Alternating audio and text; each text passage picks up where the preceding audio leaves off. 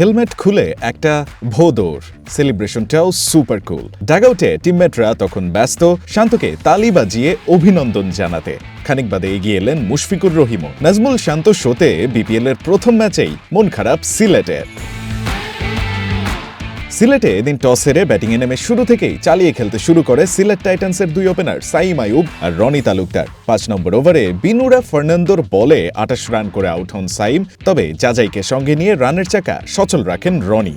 খানিক বাদে হজরতুল্লাহ জাজাই আউট হলেও থামেননি রনি, ইমনকে সঙ্গে নিয়ে মেহরাব নওয়াজদের পেটাতে থাকেন সমানে।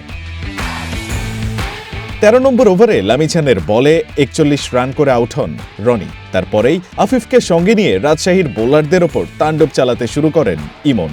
দুজনে মিলে করেন ৪১ বলে ৮৬ রানের পার্টনারশিপ। চালিয়ে খেলে ইমন তুলে নেন হাফ সেঞ্চুরি। ৩৩ রান করে আফিফ আউট হলেও ইমনের ৩৩ বলে ৬৫ রানের ইনিংসে ভর করে রাজশাহীর সামনে ১৯১ রানের টার্গেট দেয় সিলেট টাইটান্স। জবাবে ব্যাট করতে নেমে দলীয় ১৯ রানেই ওপেনার তানজিদ তামিমকে হারায় রাজশাহী। সাহিবজাদা ফারহান আর নাজমুল শান্ত মিলে রান তুলতে থাকেন দ্রুত গতিতে। দুজনে গড়েন ২৯ বলে ৪৩ রানের জুটি। ২০ রান করে ফারহান আউট হলেও থামেননি শান্ত। ৫০-র পর তুলে নেন সেঞ্চুরিটাও। কম যাননি মুশফিকও, করেছেন হাফ সেঞ্চুরি। শেষ পর্যন্ত এই দুই অপরাজিত ব্যাটারের ৭১ বলে ১৩০ রানের জুটিতে ভর করে সিলেটকে ৮ উইকেটে হারায় রাজশাহী ওয়ারিয়র্স।